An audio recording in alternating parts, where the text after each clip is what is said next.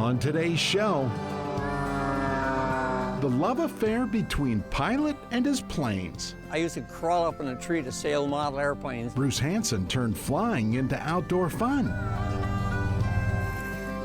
Meet a Minnesota man who goes the extra mile, literally, to try and protect clean water. And the business behind baits. It's a big-time hobby for one local angler.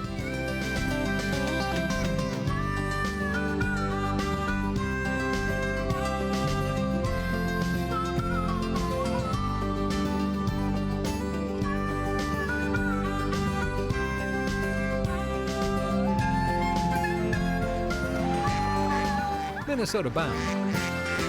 Brought to you by Minnesota's select GMC dealers. Hey everybody, Laura and I welcome you to Minnesota Bound.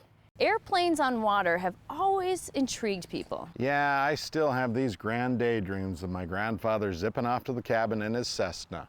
Float planes are magical. That's exactly why Ron Schara headed to a hidden destination called Surfside, where he met a Minnesota Hall of Famer.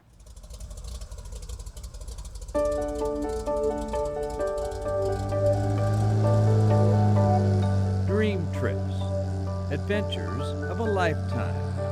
They often lift off right here.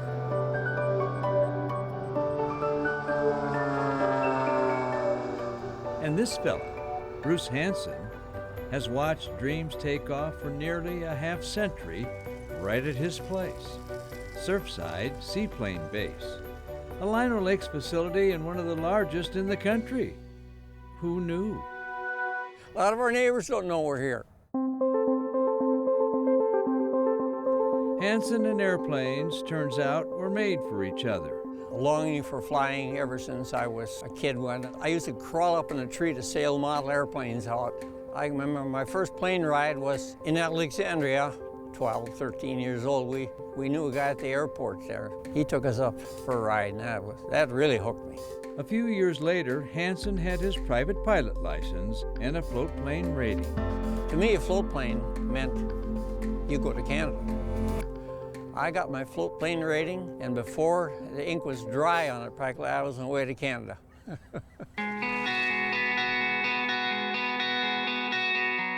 Within a week, I was in Churchill for the first trip.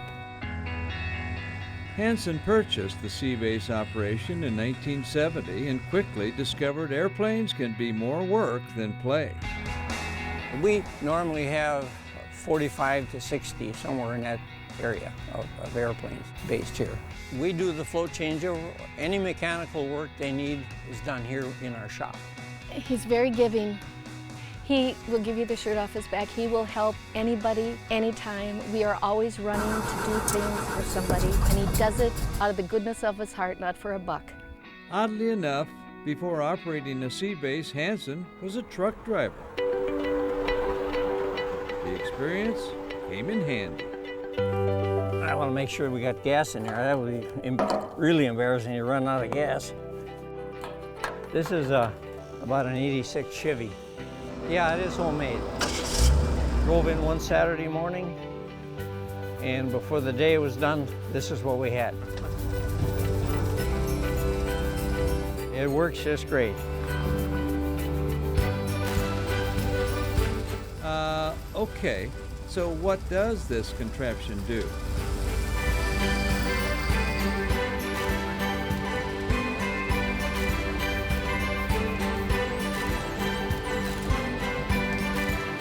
But nothing to it. What is it they say about the mother of invention? All for the love of float planes, which, by the way, Hansen still flies. Well, it's a good way to get to our place up by Detroit Lakes. So we have a place up there, and we fly up there. Got a little lake there to land on. It's very handy. To me, flying has never gotten old, and one of the reasons is because there's lakes all over to land on.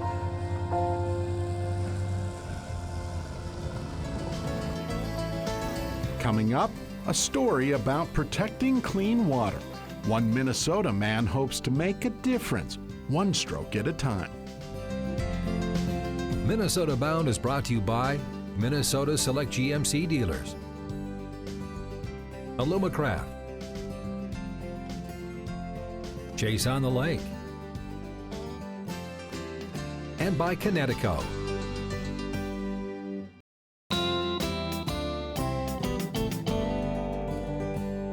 Welcome back. Minnesota's governor recently labeled 2018 as the year of clean water. Travis Frank met a Minnesota man who quit his day job to try to protect our greatest resource.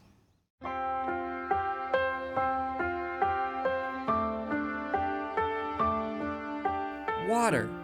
It's not a luxury, it's a necessity. In the land of sky blue water, Jay Gustafson paddles to protect it.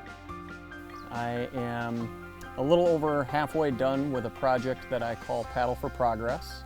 And the idea behind the project is to raise awareness across the state of Minnesota about water quality issues that we face. His Uncle Mark lends support and a helping hand. I started July 7th of last year, 2017, and I will go through October of this year. You drive glamorous vehicles when you canoe full-time, as you can see. That'll do it. Clean water isn't something you take for granted anymore. It's real right now, and the degradation is continuing.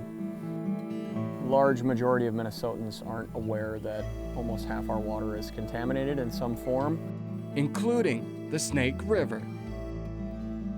This is the 18th river that I am attempting to through paddle. You know, it's a new river, and in most cases, I have no idea what's going to be ahead of me. Minnesota's DNR has mapped 34 rivers that flow nearly 4,500 miles. Jay plans to paddle every mile. This video is for the DNR. This is the Bear Creek Landing. It is where you start your Snake River map. His camera documents his journey to show what most will never see.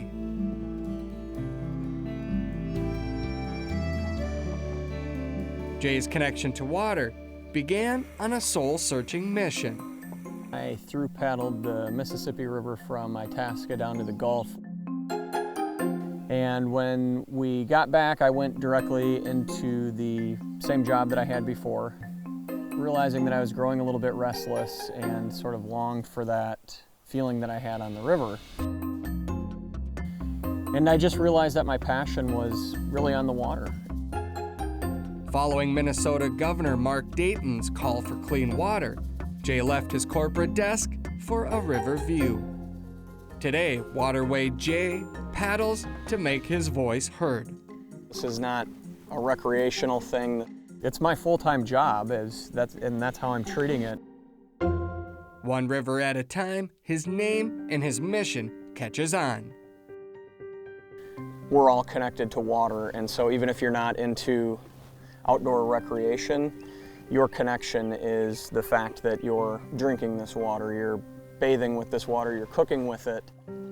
This started as a river exclusive project, and what I'm realizing is that this is a much larger water issue. So it's not just our rivers, it's not just our lakes, it's our groundwater, runoff from cities, it's agriculture.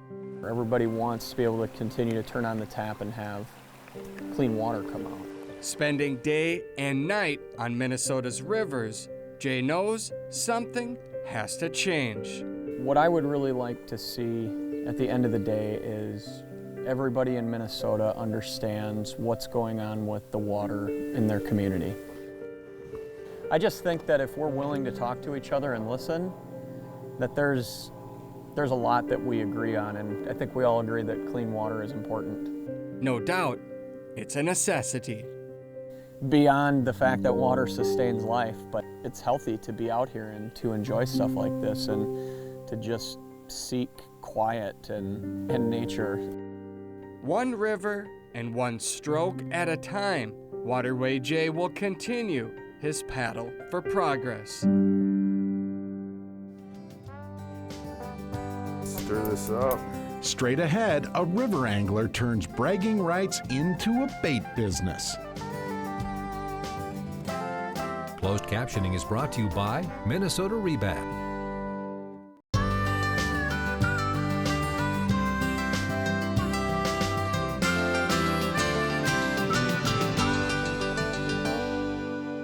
One local angler thinks he might have discovered the secret to fishing success. So much so, Tim Mathieson turned his hobby into a bit of a business.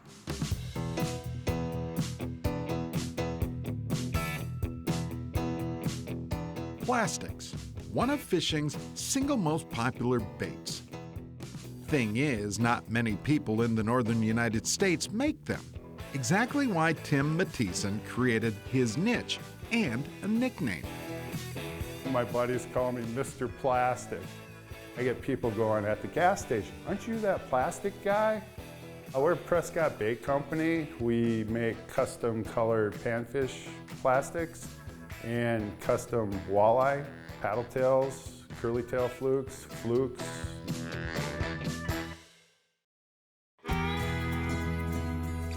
An after-hours, homespun hobby born out of Tim's longtime love of fishing.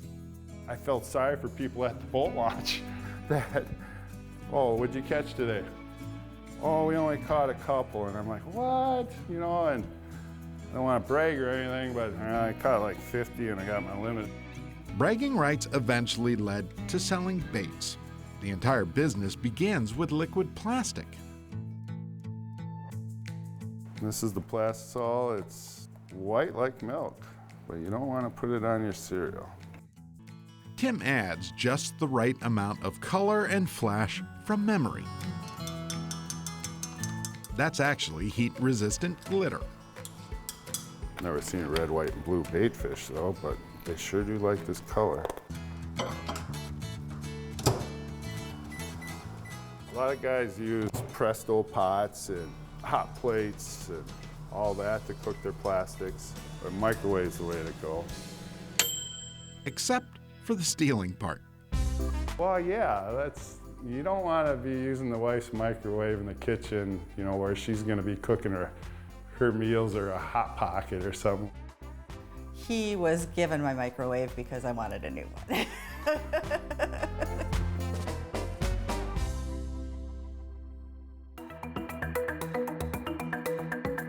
Next step, the molds. He fills each mold with piping hot plastic, right to the top. The finished products pop right out of the mold.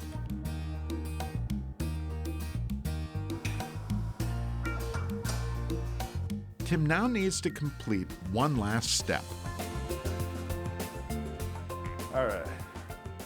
He coats finished baits in a secret and fishy sauce. The sauce kind of covers up the scent of the plastic, adds a little more fish attractant to it, and a lot of people say it smells like Jägermeister.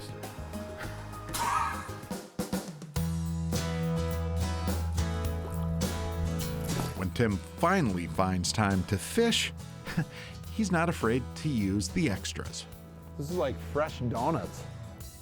Yeah, those are really fresh. Here's why. There's a good fish. You're gonna feel it right down to your knees. Funny when you get on them, right? Little sauger, male. And this is a big sauger. Bill's got a trophy.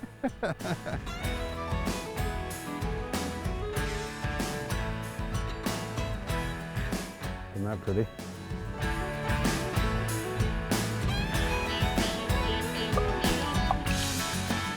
Exactly why Tim plans to keep on making more baits. And I really can't back out of it now, so now I got too many customers that want my baits. It's the dream. I'm living the dream.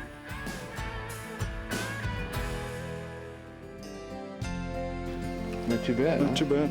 Up next, today's Minnesota-bound classic reminds us all that the journey can be just as profound as the destination. The fish had better be worth it. Minnesota Bound is brought to you by the Yard Maintenance-Free Outdoor Furniture, Running Aces Casino and Racetrack, Bent Creek Golf Club Eden Prairie, and by Totem Resorts, the premier destination for world-class fishing.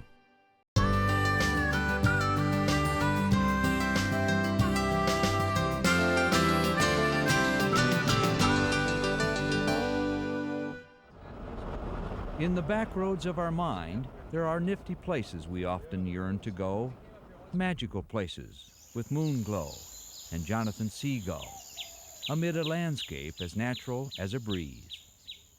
David Brower knows of such a spot, but to get there, first you must dress the part. You put these on then? Mm-hmm. To reach Camelot, you carry your own special chariot and hope the bugs don't bite much. Yeah, these weigh 21 pounds, so they aren't Not too bad. not too bad. Got it.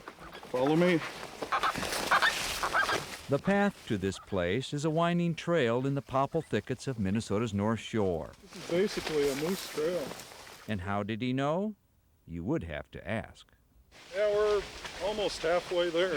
It gets a little more brushier as we get deeper in the woods here. Oh, good. Perfect. Take your time. Yeah. I got You look good, though. Huh? You look good. Thanks. Well, you gotta want to get there, don't you? Hope the fishing better be worth it. At last, we have come to the spot. We launch our tiny fishing pontoons and prepare to use our own foot power. You just put them on the feet, and you're going to be finning. It's kind of like pedaling backwards. Uh-huh. Okay, you're all set. I'm ready. Set me out. There you go. There we go. Here I go. Let your fins do all the work. Yeah. Go all the way back on your backstroke. Nothing to You'll it. get the hang of it. For David Brower, there's not a better seat in the wilderness, a self-powered float trip on a trout lake. You're close to the water. You're as one with the fish. You're, it's, serenity. It's tranquility. You're this so peaceful, and you don't make a lot of noise. There's no motor, no rowing of a boat. I don't know. It's really getting in touch with nature, being out here. Getting in touch. That's what happens here on the end of a fly rod. Today we'll mostly be using the woolly buggers.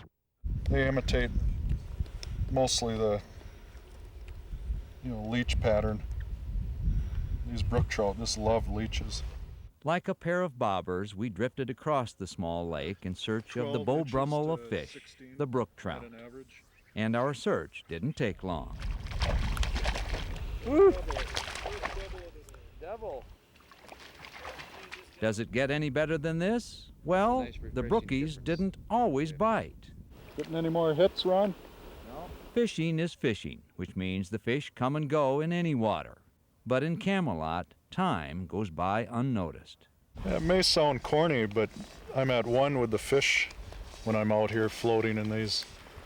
You get real close to the fish's environment, and you're at one with the trout. Especially with one on the end of the line. Come on, baby. Where you at? That one's giving you a good fight. Yeah.